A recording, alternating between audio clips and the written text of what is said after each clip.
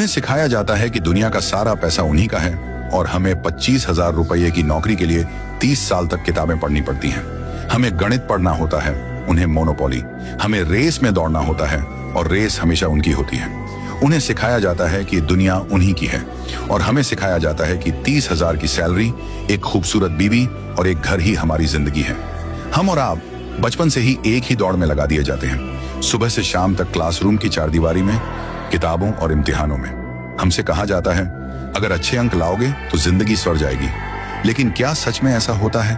30 साल पढ़ने के बाद हमें मिलता है सिर्फ एक नौकरी, वही 20,000 की तनख्वाह, वही 9 से 5 की जद्दोजहद और वही उम्मीद कि शायद एक दिन सब ठीक हो जाएगा। मगर दूसरी तरफ एक ऐसा वर्ग है जिसकी दुनिया बिल्कुल अलग है, जिन्हें आप कभी अखबारों या न्यूज चैनलों में नहीं देखेंगे, जिनके नाम टाइम्स मैगजीन की लिस्टों में भी नहीं छपते, लेकिन असल में सारा सिस्टम वही चलाते हैं। उनके बच्चे स्कूल नहीं जाते जहां किताबों से जिंदगी समझाई जाती है। उनके बच्चे इंस्टीट्यूट ऑफ पावर में जाते हैं जहां उन्हें पढ़ाया जाता है कैसे पैसे को और पैसे में बदला जाए, कैसे सरकारें खरीदी जाए, कैसे मीडिया को चलाया जाए, कैसे लोगों की सोच को कंट्रोल किया जाए। जहां हम गणित में फ्रैक्शंस और इक्वेशंस हल करते हैं, वहां उनके बच्चों को सिखाया जाता है कि दुनिया का सारा पैसा पहले से उनका है, बस उसे इकट्ठा करने के लिए नए रास्ते बनाने हैं। जहां हम लैंग्वेज सीखते हैं नौकरी पाने के लिए, वहां उन्हें लैंग्वेज सिखाई जाती है दुनिया को गुलाम बनाने के लिए। हमारी क्लासरूम में ब्लैक बोर्ड होता है,